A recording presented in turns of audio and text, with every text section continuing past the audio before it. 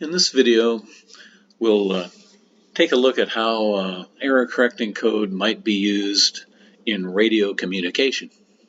So we have a very simplified model here of setup for that purpose.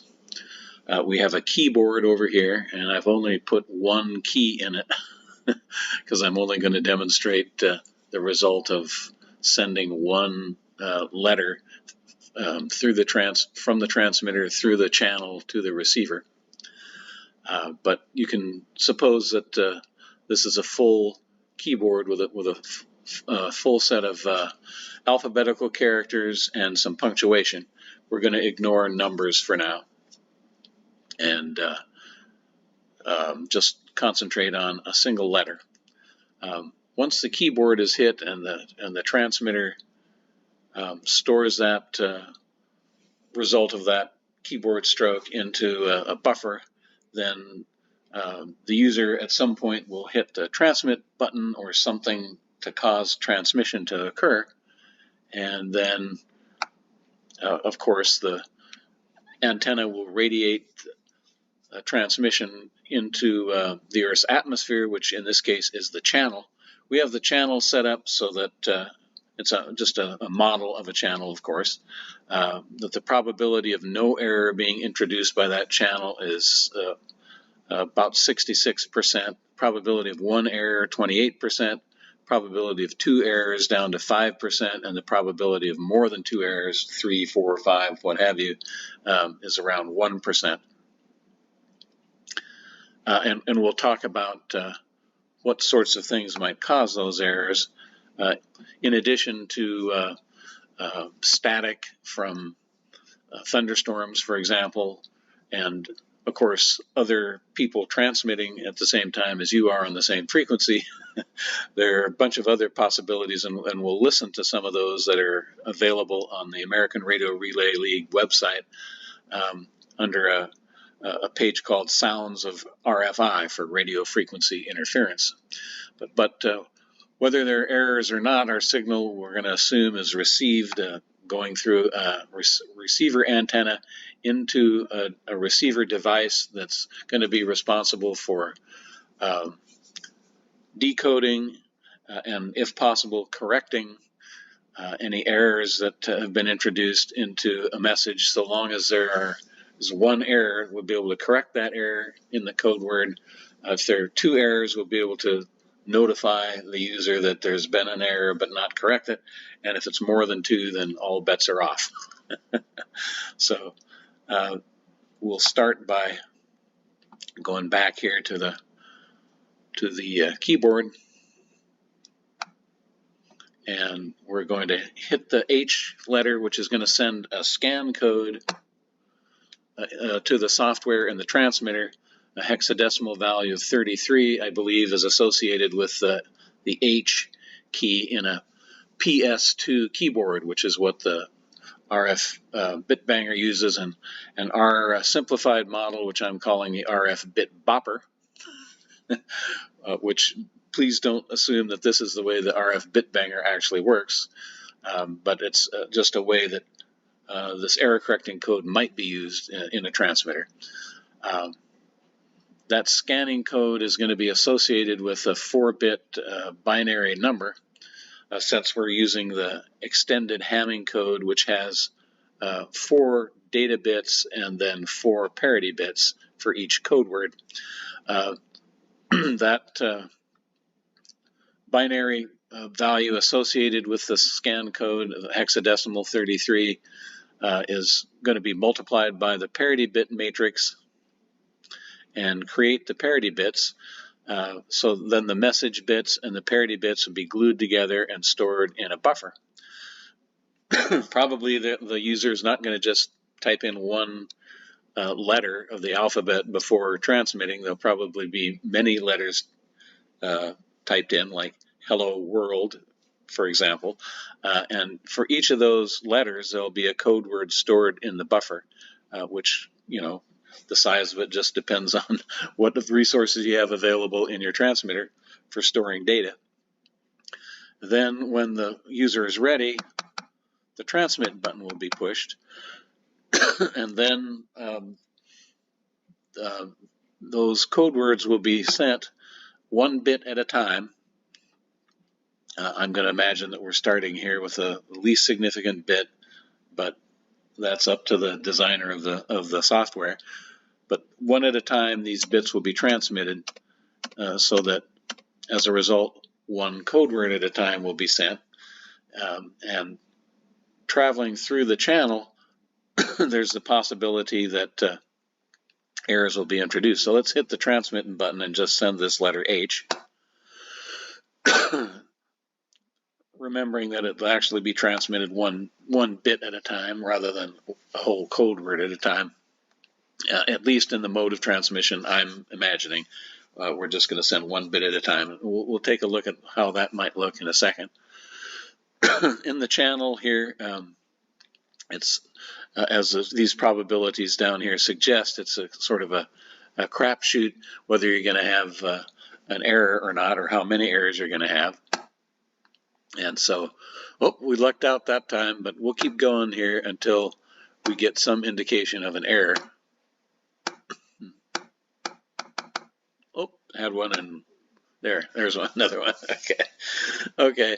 So we've had an error introduced into the bit that we've labeled bit number 7, and the 0 in the transmitted code word located right here has been flipped by that 1 by this error that was introduced, flipped to a 1, and that's what's actually going to be received.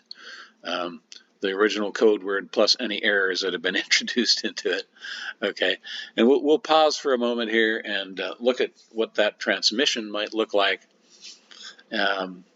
as the code word is being transmitted one bit at a time. Here we're looking at just a short excerpt from RFBitBanger demo created by Paul Kilo Bravo 5 Mike Uniform KB5MU of an early prototype of the RFBitBanger transmitting, and he's displaying up in the upper right hand corner of his video the LCD screen from the BitBanger, and then that's been inserted into the display of his Flex radio, a radio receiver. So he has a transmitter set up, and a little ways away from it he has a receiver that's going to pick up its transmission and display it in this spectrum display here. You can see it's occurring in the 28 megahertz 10 meter ham radio band, but not being sent to an antenna. It's all being confined to within his shack, as ham radio operators call their setup. So let's listen to this, and what we're focusing on are the two peaks right here, one of which represents when it's activated a 0 and the other one a 1, so that we can see bits being transmitted one at a time. Though it's going to happen so fast that it's going to basically look like both are being transmitted at the same time. But here's what it looks like and sounds like.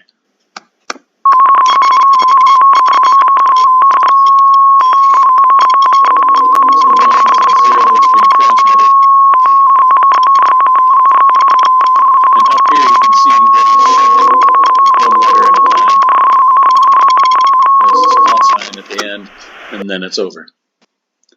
Okay, so just a little hint of what actually transmitting these code words might look like and sound like in the real world. And as those bits are being transmitted through the Earth's atmosphere and the electromagnetic field, there are lots of things in the general vicinity of the receiver that might be causing interference and therefore errors possibly in those bits.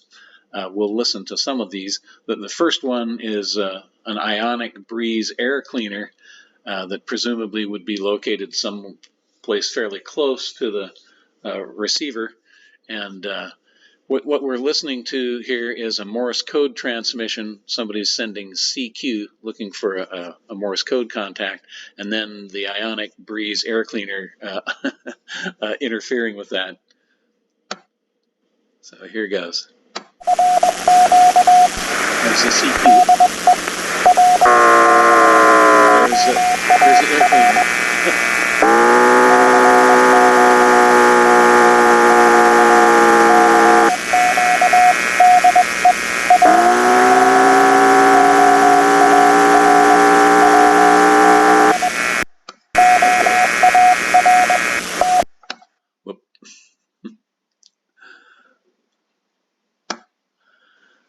We'll listen to one or two more here. Let's see, here's a charger for a digital camera.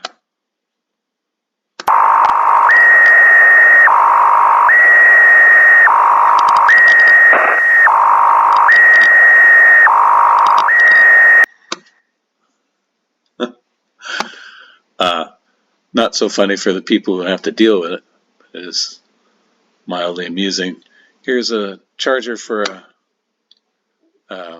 cordless telephone.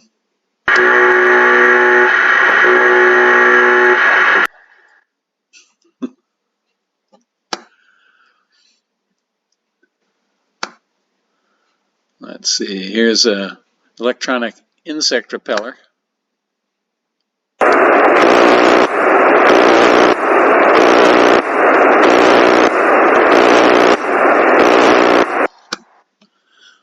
Lots of devices and more every year that can cause interference. And of course, this is in addition to lightning from thunderstorms and other stations transmitting on or near your frequency.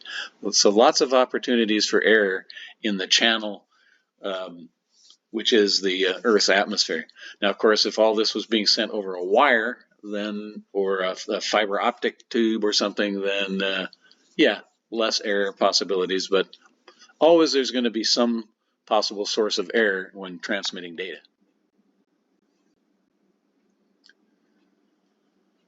Returning now to the case where we have entered the letter H into the buffer of our transmitter, then hit transmit and send it out into the channel, which in the case of radio communication is the Earth's atmosphere. And we suppose that some source of RF interference has flipped this leftmost bit here, bit we've labeled number 7, from a 0 to a 1. Then in the receiver, that received code word with an error in it has been multiplied by the parity check matrix, and a syndrome has been produced.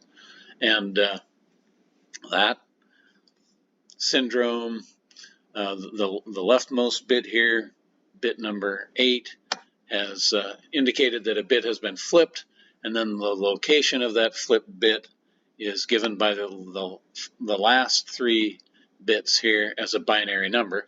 So this is 4 plus 2 plus 1 is 7. So it's the bit 7 here that is in error, and our software corrects that, flips that 1 back to a 0, and our received message here is 0111, the same thing that was transmitted 1 bit at a time along with the parity bits. And just so we can make sure we see it, the H is displayed here in our receiver. So let's just see if we can do this over again. Transmit our bits. Oops, I'd have to hit the letter H. Send the scan code, producing the message, store it in the buffer, and then we'll transmit it. And then let's see if we can get a double error here. That's not very probable here. It's probability of about 5%. So we may be here a while doing this.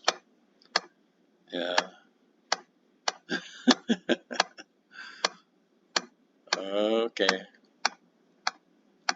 And I hope I don't just do it and skip right past it. There's one. Okay, there we have a double error.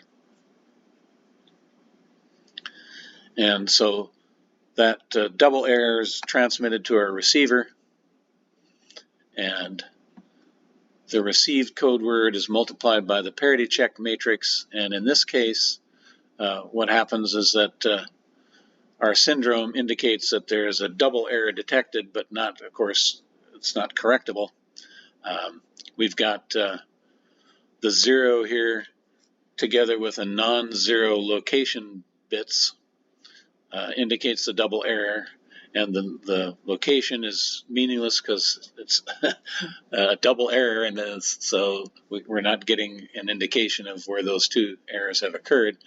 But we have some way of letting the user know that there's been a double error, which cannot be corrected. And this, of course, is not, I'm not claiming this is how any RFBitBanger or any other actual receiver works, but I just decided that the hashtag would be used to indicate a code word that has a double error in it and can't be corrected. Of course, if there's more than two errors and all bets are off, we don't have any way of detecting or correcting that. And so there will just be, in that case, an error in our received message, possibly. And so, but that's occurring here in our model of the channel about 1% of the time. If you can live with 1% undetected errors, then this Hamming code method would probably be okay for you. If you can't, then you need a more robust error correcting code like the Golay code used in the RFBitBanger.